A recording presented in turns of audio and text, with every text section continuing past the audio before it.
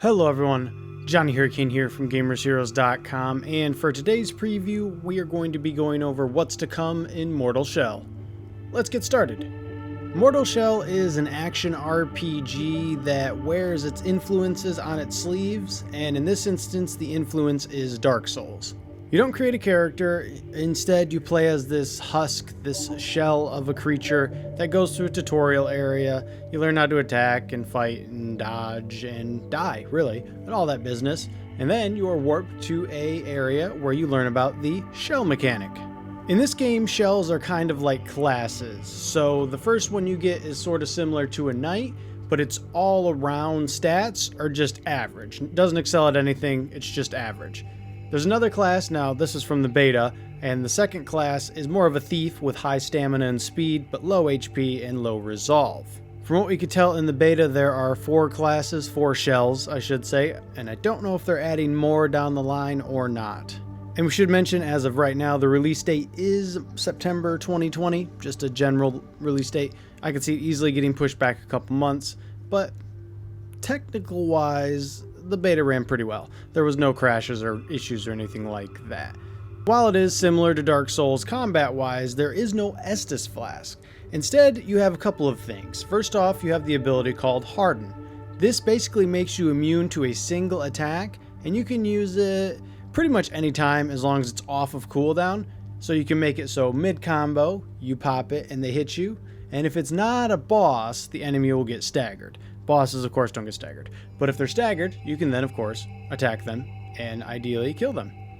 There's also the Parry System. This is not something new to any Dark Souls clone, but in this one, it's more similar to Bloodborne. When you parry an attack and your parry, it's called Resolve. When your Resolve bar is filled up, you strike the enemy and you heal a portion of HP. So it's sort of like lifesteal.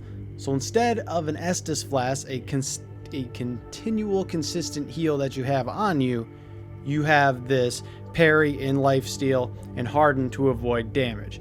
It's not to say that there's not healing items. There's mushrooms and there's rats on a stick and bread and rotten. There's plenty of ways to heal. There's just you don't sit at a bonfire and restore an Estus Flask heal. There also does not seem to be magic, at the very least in the beta, and from what I read, it doesn't seem like there's going to be magic in the game, at least for you as a class.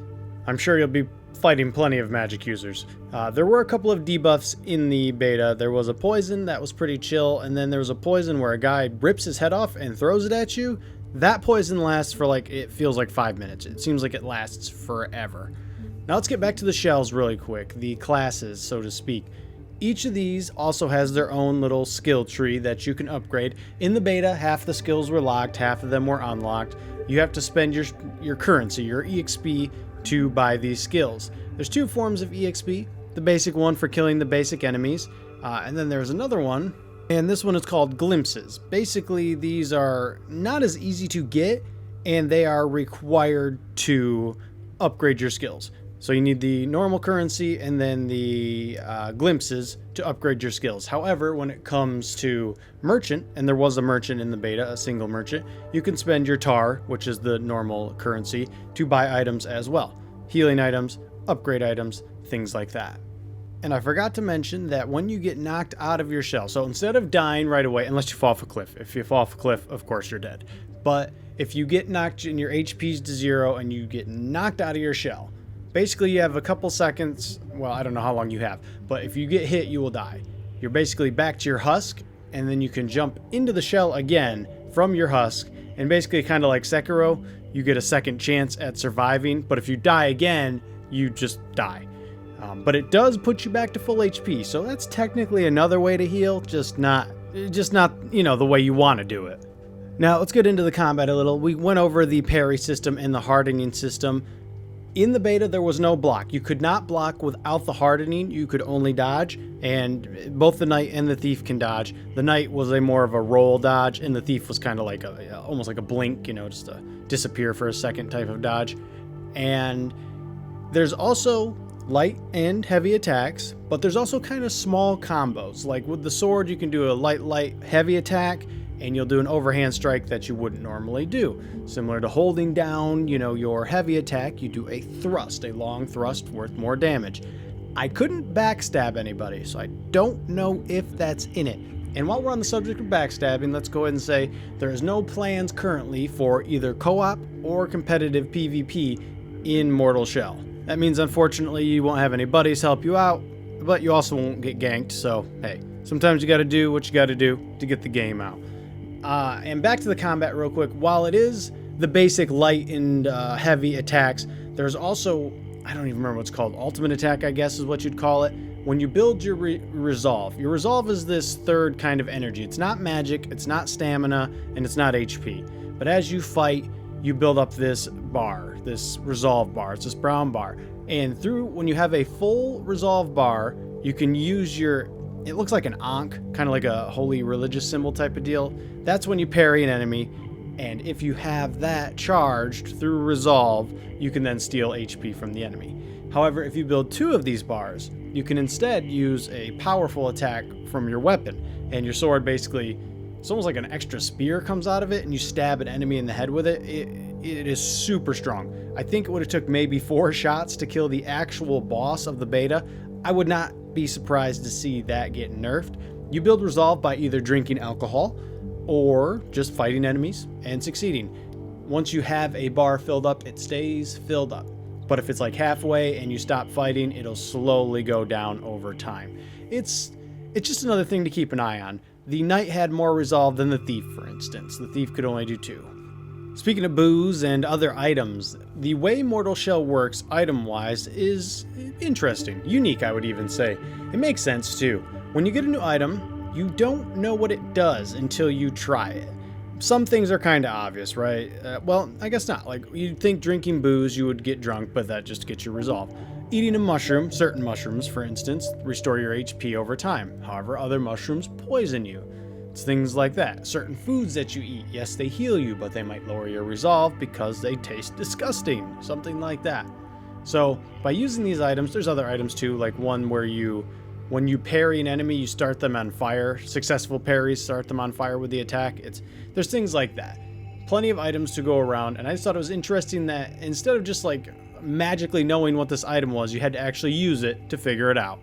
Weapons, however, I only had the sword, and I've watched a couple of other previews from before the beta was launched out for everyone. There was a hammer and chisel. I don't know if I missed it or if they took it out because I could not find it. Still, it made it easier for me to decide what I wanted to upgrade, and upgrading in the game is pretty simple. You get the upgrade material, you find yourself a blacksmith forge, and you just do it yourself.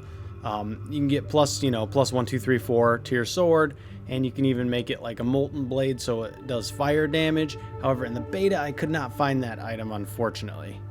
And it's sort of similar to upgrading your shell. Each shell has its own talent tree. Each weapon has its own unique upgrade paths, except that it doesn't take any currency, any tar or anything like that to upgrade, which is nice. Just need the item.